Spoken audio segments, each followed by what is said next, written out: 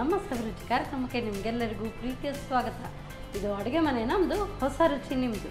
Yes madam, 1 hour ಸ್ಟೈಲಲ್ಲಿ ಅಂತೂ ಒಂದು ಕಡುಬು ತಯಾರಾಯಿತು. ಈಗ ಯಾವ ಸ್ಟೈಲ್, ಯಾವ ಅಡಿಗೆ? ನಮ್ಮ ಊರಿದೆ ಸ್ಟೈಲ್, ಹೊನ್ನಾವರ ಸ್ಟೈಲ್ ಇದೆಯಾ? ಹಲಸಿನ ಬೀಜದ್ದು ಚಪ್ಪೆ ಪಳದ್ಯ ಅಂತ ಹೇಳಿ. ಚಪ್ಪೆ ಪಳದ್ಯ ಅಂದ್ರೆ ಕಾಯಿ ಎಲ್ಲ ಹಾಕ್ಲಿಕ್ಕಿಲ್ಲ, ರುಬ್ಲಿಕ್ಕಿಲ್ಲ, ಜಸ್ಟ್ ಒಂದು 5 ಮಿನಿಟ್ಸ್ 10 ಮಿನಿಟ್ಸ್ ಅಲ್ಲಿ ಮಾಡಬಂತದ್ದು. ಸುಲಭ. ಫಲಾದ್ಯ ಅಂತ ನೀವು ಹೇಳಿದ್ರಲ್ಲ, ಫಲಾದ್ಯ ಅಂತ ಹೇಳಿದ್ರೆ ನಾವು ಇಲ್ಲಿ ಹೆಚ್ಚಾಗಿ ಬಾಣಂತಿಯರಿಗೆ ಕೊಡುವಂತ ಒಂದು ಬರೀ ಗ್ರೇವಿ ಅದು. ಓಕೆ. ಸೊ ಅದ್ರಲ್ಲಿ ಏನು ಇರೋದಿಲ್ಲ, ಆದ್ರೆ ಅದು ಹುಳಿ ಹುಳಿ ಆಗಿರುತ್ತೆ. ಫಲಾದ್ಯ ಅದು ನಾವು ಬಾಣಂತಿಯರಿಗೆ ಕೊಡ್ತೇವೆ. ಇದು ಬಾಣಂತಿಯರಿಗಲ್ಲ, ಅಲ್ಲ, ಎಲ್ಲರಿಗೂ ಸಹ ಆಗ್ಬಹುದು. ಸೊ ನೀವು ಅದು ಬಿಸಿ ಮಾಡ್ಲಿಕ್ಕಿಲ್ಲ, ಅದೆಲ್ಲ ಅಂದ್ರೆ ಬಿಸಿ ಮಾಡ್ಲಿಕ್ಕಿದೆ, ಮಿಕ್ಸಿ ಹಾಕ್ಲಿಕ್ಕಿಲ್ಲ. ಹಾಗೆ ತುಂಬಾ ಸುಲಭದಲ್ಲಿ ಗೆಸ್ಟ್ ಏನಾದ್ರು ಬಂದ್ರೆ, ಮಳೆಗಾಲದಲ್ಲಿ ನಮ್ಮ ಕಡೆಗೆ ತರಕಾರಿ ಎಲ್ಲ ತರ್ಲಿಕ್ಕೆ ತುಂಬಾ ಕಷ್ಟ. ಅಂದ್ರೆ ಆ ಕಡೆಗೆ ಹೊಳೆ ಬರುತ್ತೆ, ನೀರ್ ತುಂಬಿಕೊಳ್ಳುತ್ತೆ, ಮತ್ತೆ ಬಸ್ ಇರಲ್ಲ, ರೋಡ್ ಬ್ಲಾಕ್ ಆಗುತ್ತೆ. ಅವಾಗ ಎಂತ ಮಾಡ್ತೀವಿ ಅಂದ್ರೆ ಹಲಸಿನ ಬೀಜ ಸ್ಟಾಕ್ ಮಾಡಿ ಇಟ್ಟಿರ್ತೇವೆ ನಾವು, ಅದ್ರನ್ನ ಜಜ್ಜಿ ಮಾಡ್ತೇವೆ ಸುಲಭದಲ್ಲಿ. ಗೆಸ್ಟ್ ಏನಾದ್ರು ಇಮಿಡಿಯೇಟ್ ಬಂದ್ರೆ, ಇಲ್ಲ ನಮ್ಗೆ ಏನಾದ್ರು ತರಕಾರಿ ಇರ್ಲಿಲ್ಲ ಅಂತ ಹೇಳಿದ್ರೆ ಮಾಡೋದು ಹಲಸಿನ ಬೀಜದ. ಹೌದು, ನೋಡೋಣ ಹೇಗಿದೆ. Okay okay okay. ಒಂದು ಕುಕ್ಕರ್ ಕೊಡಿ, ಹಲಸಿನ ಬೀಜವನ್ನ ಬೇಯಿಸ್ಕೊಳ್ಳುವ.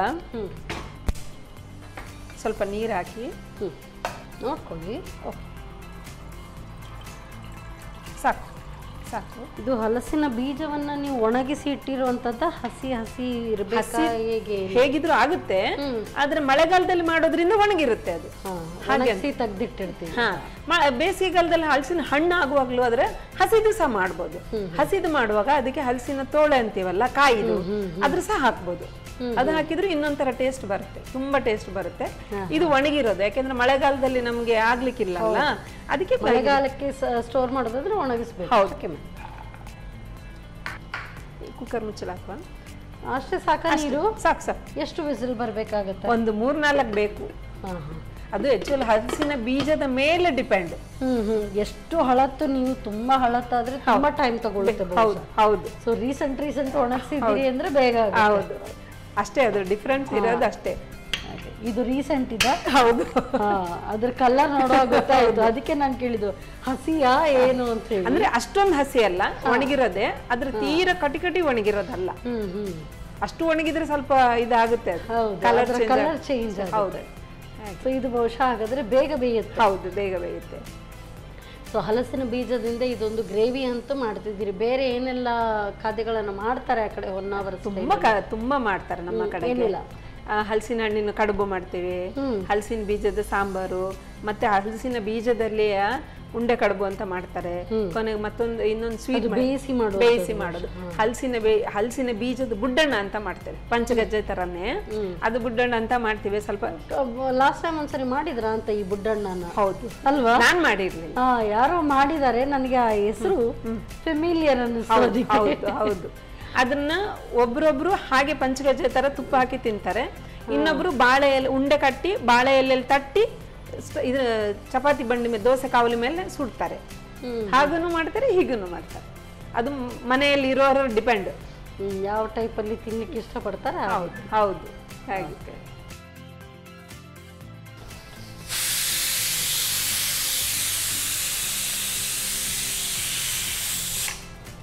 ಇದು ಸಾಕು ಅನ್ಸಲ್ಲ? ಸಾಕು. ಆಫ್ ಮಾಡಲ? ಆಫ್. ಈಗ ಒಗ್ಗರಣೆ ಮುಂದೆ 3-4 ಸ್ಟೀಮ್ ಬರೋವರೆಗೂ ಬೇಕಾಗುತ್ತೆ. ಹೌದು. ಈಗ ಒಂದು ಒಗ್ಗರಣೆ ಮಾಡುವ. ಅಷ್ಟೇ?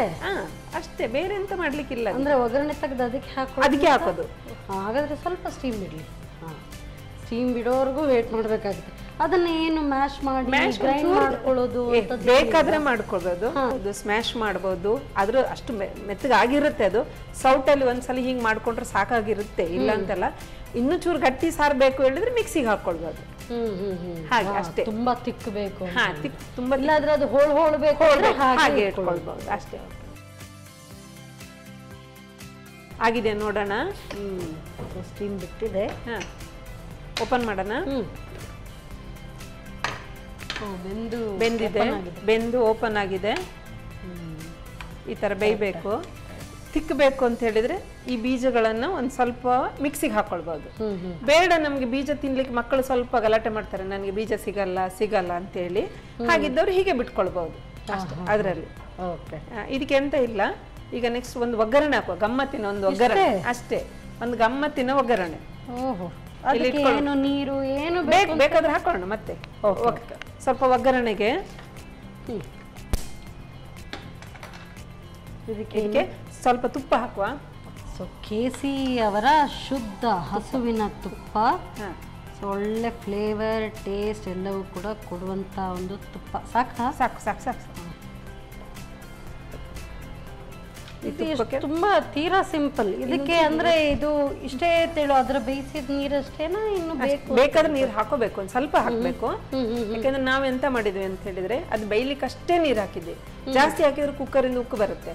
ಸ್ವಲ್ಪ ಹಾಕಿದ್ರೆ ಮತ್ತೆ ಮೇಲಿಂದ ಹಾಕೊಳ್ಬಹುದು. ಓಕೆ, ಹಾಗೆ. ಇದಕ್ಕೆ ಸ್ವಲ್ಪ ಬೆಳ್ಳುಳ್ಳಿ ಹಾಕುವ. ಯಾಕೆಂತ ಹೇಳಿದ್ರೆ ಬೆಳ್ಳುಳ್ಳಿ ಫಸ್ಟ್ ಹಾಕಿ ಸ್ವಲ್ಪ ಫ್ರೈ ಮಾಡ್ಕೊಳ್ಬೇಕು. ಇಲ್ಲ ಹೇಳಿದ್ರೆ ಬೆಳ್ಳುಳ್ಳಿ ಫ್ರೈ ಆಗಲ್ಲ, ಉಳಿದಿದ್ದು ಫ್ರೈ ಆಗಿರುತ್ತೆ ಅಷ್ಟೇ. ಇದು ನೀವು ಹೇಳಿದಾಗೆ ಸುಲಭದಲ್ಲಿ ಸುಲಭ. ಹೌದು. ಇದು ಅನ್ನದ ಜೊತೆಗೆ ತಿನ್ನುವಂತ ಎರಡು ಮಾಡಬಹುದು, ಅನ್ನದ ಜೊತೆಗೂ ತಿನ್ಬಹುದು. ನಮ್ಮ ಈಗ ಫ್ಯಾಷನ್ ಆಗಿ ಇದು ಸೂಪ್ ತರ ಅದು ಸಹ ತಿನ್ಬಹುದು. ಹಾಗೆ ತುಂಬಾ ಟೇಸ್ಟ್ ಕೊಡುತ್ತೆ. ಇದಕ್ಕೇನು ಉಪ್ಪು ಏನು ಉಪ್ಪು ಹಾಕೋ ಈಗ ಎಲ್ಲ ನಂತರ ಒಗ್ಗರಣೆ ಹಾಕಿದ ನಂತರ, ಒಗ್ಗರಣೆ ನಂತರ ಅದು ಸ್ವಲ್ಪ ಕುದಿಬೇಕು. ಆ ಒಗ್ಗರಣೆ ಫ್ಲೇವರ್ ಅದರಲ್ಲಿ ಹೋಗ್ಬೇಕಾ? Okay okay okay. ಈಗ ಸ್ವಲ್ಪ ಫ್ರೈ ಆಗಿದೆ. ಚೂರು ಫ್ರೈ ಆದ್ಮೇಲೆ ಜೀರಿಗೆ. ಬೇರೆ ಇದ್ರಲ್ಲೆಲ್ಲ ಹೇಗೆ ಅಂತ ಹೇಳಿದ್ರೆ ಫಸ್ಟ್ ಎಲ್ಲ ಆದ್ಮೇಲೆ ಒಗ್ಗರಣೆ ಹಾಕೋದು. ಹೌದು, ಮೊದಲೇ ಹಾಕೊಳ್ಳೋದು. ಹೌದು, ಮೊದಲೇ ಇಲ್ಲ, ಲಾಸ್ಟಿಗೆ. ಓಕೆ, ಹಾಕಿ. ಇದಕ್ಕೆ ಸ್ವಲ್ಪ ಜೀರಿಗೆ, ಮೆಂತೆ,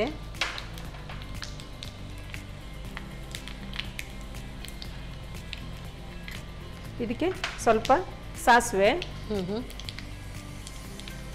ಇದಕ್ಕೆ ಚೂರು ಒಣಮೆಣಸು, ಒಂದು ಒಣಮೆಣಸು ಫ್ಲೇವರಿಗೆ. ನಿಜವಾಗಿ ಇದಕ್ಕೆ ಗಾಂಧಾರಿ ಮೆಣಸು ಅಂತ ನಮ್ಮಲ್ಲಿ ಇರುತ್ತೆ, ಅದು ಹಾಕಿದ್ರೆ ಒಳ್ಳೇದು, ಟೇಸ್ಟ್ ಚೆನ್ನಾಗಿರುತ್ತೆ, ಎಲ್ಲದೂ ಇರುತ್ತೆ. ಇದಕ್ಕೆ ಹಸಿಮೆಣಸಿಕಾಯಿ ರುಚಿಗೆ ತಕ್ಕಷ್ಟು.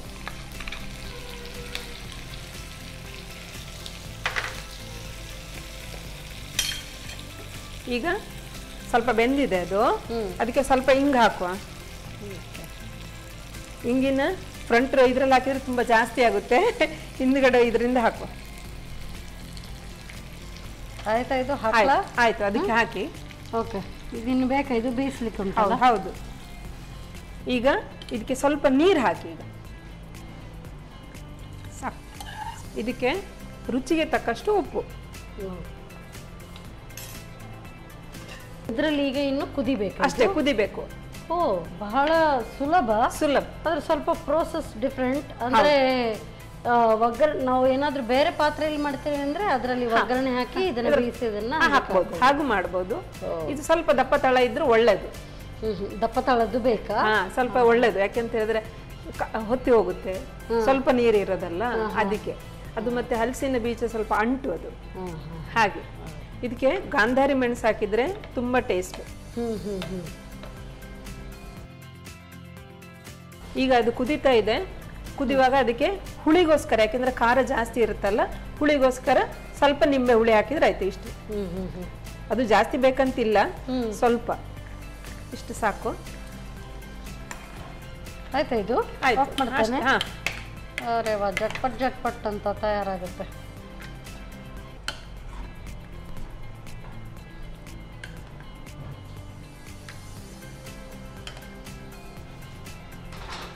ನೋಡಿ, ನಮ್ಮ ಊರಿನ ಪಳದ್ಯವ ಸ್ಪೆಷಲ್ ಪಲಾದ್ಯ, ಡಿಫ್ರೆಂಟ್ ಪಲಾದ್ಯ, ಡಿಫ್ರೆಂಟ್. ಎಸ್. ಇದಕ್ಕೆ ಎಕ್ಸಾಕ್ಟ್ ಹೆಸರೇನು? ಪಳದ್ಯ ಅಷ್ಟೇ. ಹಲಸಿನ ಬೀಜದ ಪಳದ್ಯ, ಹಲಸಿನ ಚಪ್ಪೆ ಪಳದ್ಯ. ಅದೂರಲ್ಲೂ ಸ್ಪೆಷಲ್ ಚಪ್ಪೆ ಪಳದ್ಯ. ಚಪ್ಪೆ ಎಲ್ಲಿದೆ? ಇದು ಉಪ್ಪಿದೆ, ಖಾರ ಇದೆ, ಹುಳಿ ಇದೆ. ಚಪ್ಪೆ ಹೇಳಿದ್ರೆ ನಮ್ಮಲ್ಲಿ ತೆಂಗಿನಕಾಯಿ ಹಾಕದೇ ಇರೋದಕ್ಕೆ ಚಪ್ಪೆ ಅಂತ ಹೇಳ ಅಷ್ಟೇ. ನಮ್ಮಲ್ಲಿ ನಾವು ಸ್ವಲ್ಪ ತೆಂಗಿನಕಾಯಿ ತಿಂತೇವಲ್ಲ, ತೆಂಗಿನಕಾಯಿ ಇಲ್ಲದಿದ್ರೆ ಹಾಗೆ. Thank you madam. ಬಿಸಿ ಬಿಸಿಯಾದಂಥ ಹೊನ್ನಾವರ ಸ್ಟೈಲಲ್ಲಿ ಸೊ ಹಲಸಿನ ಬೀಜದ ಚಪ್ಪೆ ಪಳದ್ಯ ಹೇಗೆ ತಯಾರಿಸೋದು ಮತ್ತೊಮ್ಮೆ ನೋಡಿ.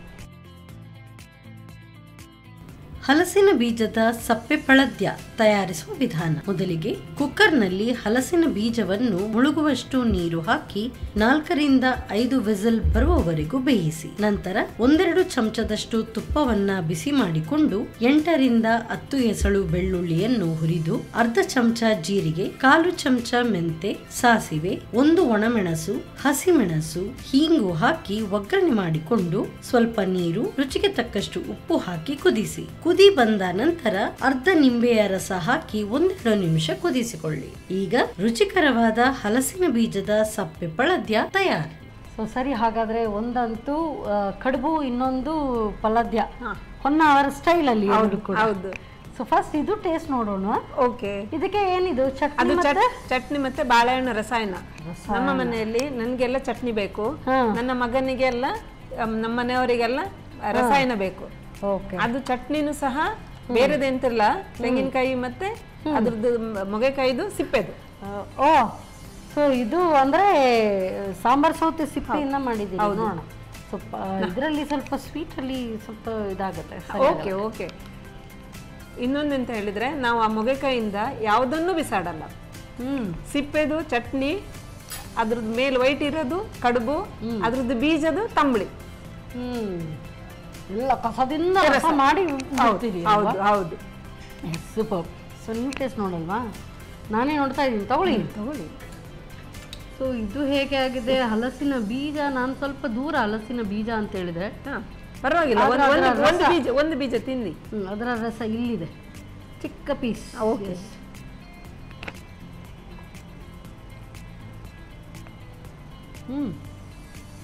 ನಿಮಗೆ ಬೀಜ ಆದರೂ ಅಷ್ಟಕ್ಕಷ್ಟೇ, ಬಟ್ ಅದರ ಸ್ವೀಟ್ನೆಸ್ ಸಿಗುತ್ತೆ. ಆ ರಸ ಬಂದು ಆ ಖಾರ ಇದೆ ಅಲ್ವಾ? ಹೌದು. ಮಳೆ ಬರ್ತಾ ಇರುವಾಗ ಈ ಥರ ಬಿಸಿ ಬಿಸಿ ಅನ್ನಕ್ಕೆ ಇದನ್ನ ಹಾಕಿ ತಿನ್ನೋದಕ್ಕೆ ತುಂಬಾ ಚೆನ್ನಾಗಿದೆ. ಹೌದು. ಆ ಒಗ್ಗರಣೆ ಫ್ಲೇವರ್ ಇದೆಲ್ಲ, ಅದು ತುಂಬಾ ಚೆನ್ನಾಗಿದೆ. ಅದಕ್ಕಿರೋದೇ ಒಗ್ಗರಣೆ ಅಲ್ವಾ? ಹೌದು. ಸೂಪರ್. ಅದು ಆಸಮ್. ಲೈಟ್ ಆಗಿ ರಸಮ್, ಅಥವಾ ನೀವು ಹೀಗೆ ತಿನ್ನೋದಕ್ಕೆ ಇಷ್ಟಪಟ್ಟಿಲ್ಲ ಅಂತ ಹೇಳಿದ್ರೆ ಗ್ರೈಂಡ್ ಮಾಡಿ ಹಾಕೊಳ್ಳಿ. ಬಹುಶಃ ನನಗೆ ಆ ರೀತಿಯಲ್ಲಿ ಕೊಟ್ರೆ ಇನ್ನು ಖುಷಿ ಆಗ್ಬೋದು. ಮಾಡಿಕೊಡುವ. Super madam. ಹೊನ್ನಾವರ ಸ್ಟೈಲಲ್ಲಿ 2 ಕೂಡ ಒಂದು ಡಿಶಸ್ ಮಾಡಿದಿರಿ. ಓಕೆ. ಹೆಚ್ಚಾಗಿ ಹಳೆ ಕಾಲದ್ದು ರೆಸಿಪಿ ಎಲ್ಲ ಎಲ್ಲರೂ ಮರ್ತೋಗ್ತಾ ಇದ್ದಾರೆ. ಹೌದು. ಸೊ ಇಂಥ ರೆಸಿಪಿ ಆದಷ್ಟು ಮರುಕಳಿಸಿ ನಾವು ಮಾಡ್ತಾ ಇದ್ರೆ ನೆಕ್ಸ್ಟ್ ಜನರೇಷನ್ಗೂ ಕೂಡ ಪಾಸ್ ಆಗುತ್ತೆ. ಹೌದು. Thank you so much madam. ಒಳ್ಳೆ ರೆಸಿಪಿ ನಮಗೆ ಹೇಳ್ಕೊಟ್ಟಿದ್ದೀರಿ. ಸೊ ಹೊನ್ನಾವರ ಸ್ಟೈಲನ್ನು ಇಲ್ಲಿ ಮಂಗಳೂರಲ್ಲಿ ಹೇಳ್ಕೊಟ್ಟಾಗ ಹೇಗೆ ಅನ್ನಿಸ್ತು ನಿಮಗೆ? ತುಂಬ ಖುಷಿ ಆಯಿತು. ತುಂಬ ಖುಷಿ ಆಯಿತು ನಮಗೆ. ಸೊ ನಮಗೂ ಕೂಡ ತುಂಬ ಸಂತೋಷ. ಒಂದೊಂದು ಪ್ರಾಂತ್ಯದ ಒಂದೊಂದು ಹಳೆ ಕಾಲದ ರೆಸಿಪಿ ನಮಗೆ ಕಲ್ತ್ಕೊಂಡಾಗ ಆಗುತ್ತೆ. ಹೌದು. Thank you very much. So Honnavar ಸ್ಟೈಲಲ್ಲಿ ನೀವು ಅಡುಗೆನ ಹೇಳ್ಕೊಟ್ರೆ ಅದಕ್ಕೆ ಪೂರಕವಾಗಿ ಸಂತೋಷ್ ರೈಸ್ ಮಿಲ್ಸ್ ಅವರ ಕುಚಲಕ್ಕಿ. ಸೊ ಇದನ್ನ ಊಟ ಮಾಡಿದ್ರೆ ಇನ್ನೂ ಚೆನ್ನಾಗಿರ್ಬಹುದು ಬಹುಶಃ. ಆಯ್ತು, ಟ್ರೈ ಮಾಡಿ ನೋಡಿ. ಹಾಗೇನೆ ನಾನಾ ಮಸಾಲ ಇವರ ವತಿಯಿಂದ ಕೂಡ ಕಿರುಕಾಣಿಕೆ. Thank you ma'am. ಸೊ ಎಲ್ಲ ಅಡುಗೆ ಮಾಡಿದ ನಂತರ ಕೊಳೆ ಆದ್ರೆ ಶಶಿ ಇದ್ದಲ್ಲಿ ಕೊಳೆಯ ಮಾತೆಲ್ಲಿ ಅಂತ ಹೇಳಿ ಶಶಿ ಸೋಪ್ ಇವರ ವತಿಯಿಂದ ಕೂಡ ಕಿರುಕಾಣಿಕೆ. Thank you so much. Thank you. ಬಿಸಿ ಬಿಸಿ ಆದಂಥ 2 ಹೊನ್ನಾವರ ಸ್ಟೈಲಲ್ಲಿ ಅಡುಗೆಗಳನ್ನು ಕಲ್ತ್ಕೊಂಡ್ವಿ. ತುಂಬ ರುಚಿಕರವಾಗಿದೆ. ಹಳೆಗಾಲದ ಇಂಥ ರೆಸಿಪಿಗಳನ್ನು ನಾವು ಆದಷ್ಟು ಮಾಡ್ತಾ ಇರಬೇಕು. ಖಂಡಿತವಾಗ್ಲೂ ನೀವು ಇದನ್ನು ಟ್ರೈ ಮಾಡಿ ನೋಡಿ. ಮತ್ತೆ ಮುಂದಿನ ಸಂಚಿಕೆಯಲ್ಲಿ ಇಂಥದ್ದೇ ಸೂಪರ್ ರೆಸಿಪಿಯೊಂದಿಗೆ ನಾನು ನಿಮ್ಮ ಮುಂದೆ ಬರ್ತೇನೆ. ಅಲ್ಲಿವರೆಗೂ ನಮಸ್ಕಾರ. ನಮ್ಮ ಟಿವಿ ಫೇಸ್ಬುಕ್ ಪೇಜ್ ನ ಲೈಕ್ ಮಾಡಿ, ಯೂಟ್ಯೂಬ್ ಚಾನೆಲ್ ನ ಸಬ್ಸ್ಕ್ರೈಬ್ ಮಾಡಿ. ನಮ್ಮ ಎಲ್ಲಾ ಯೂಟ್ಯೂಬ್ ವಿಡಿಯೋ ಅಪ್ಡೇಟ್ಸ್ಗೆ ಬೆಲ್ ಐಕಾನ್ ಕ್ಲಿಕ್ ಮಾಡಿ. ನಮ್ಮ ಟಿವಿ, ಕರಾವಳಿ ಕರ್ನಾಟಕದ ನಾಡಿಮಿಡಿತ.